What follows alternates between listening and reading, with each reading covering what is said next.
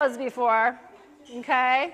I'm sure you can build a creation much bigger than this, but this kind of is a symbol of integrity. Okay, you can put down your hands, okay? Your Lego would have integrity if you had built one like that and you dropped it and it didn't even break, okay?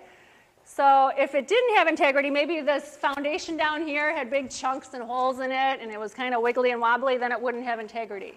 So what we're working on this week is having integrity of our mind, our body, and our spirit, okay? So when we do all of those, then we have really good health, and we're happy, and we have like whole body integrity. When you see these words, this kind of reminds you of that yin-yang symbol, right, of the black and white and the balance. So that's what we're looking to do. We don't want to spend, right now you probably spend tons of time doing training for your sports and working a lot on this. But there might not be balance, not spend any time training your mind yet. And when we talk about spirit, there's lots of different ways, definitions for that word. But here at camp, we're going to talk about spirit like our emotions and energy, okay? So you can think of your emotions like energy in motion, okay? Emotion. And that's important for integrity because just like that fencer who let her emotions kind of take over and she was like practically crying when she got done after losing against Ian, she let her emotions, we want our emotions to help us. We want to get psyched up and be enthusiastic. When you're out there, have just the right amount. Important calls. Dun, dun, dun, dun, dun. All right. We want to have our emotions, we don't want them to hinder us. We want to have stable emotions that we're not getting all over the place, and that's going to help us, and that's going to give us integrity. All right, let's go back once. All right, that was our symbol. You guys looked around and found those cogs, right? I think a lot of groups found all 12. That was awesome. And our tagline for our camp is where outer game meets inner game. So the gear is a really cool symbol. Who can think of a place where you find gears? Rian? A factory? So like in the machines in the factory? Yeah. You have another idea? On a bike. Okay, so think of like the Tour de France that's going on right now. Those fast bikes are going by. You don't even see the gears, okay? But if those bikes didn't have gears, they would not be winning the Tour de France. They'd be like on their little 6-year-old bike, or, you know, like a little one that doesn't have any gears, the tricycles, okay? And like clocks and watches, I bet you got some of the other people were going to say that. So I want you to start thinking about these inner talents, like your creativity, your commitment, your compassion, when you're caring for people, as like your inner gears inside of you, okay?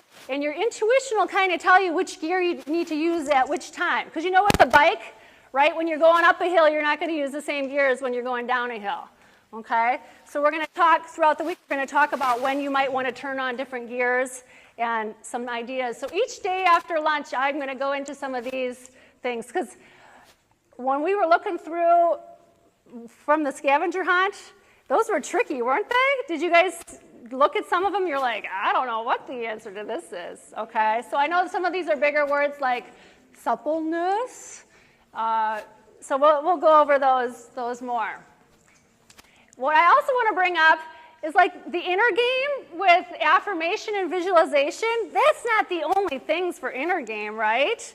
You can, what are some other things that can help you with inner game? We're going to be doing yoga. That can help you with your inner game. We're going to teach you guys how to meditate and do breathing exercises, and that's not up there. Some of you go to church and you pray, and that can be good for your inner game, right? So there's a lot of things up there. These are just the main ones we're going to work on at camp, though. Okay.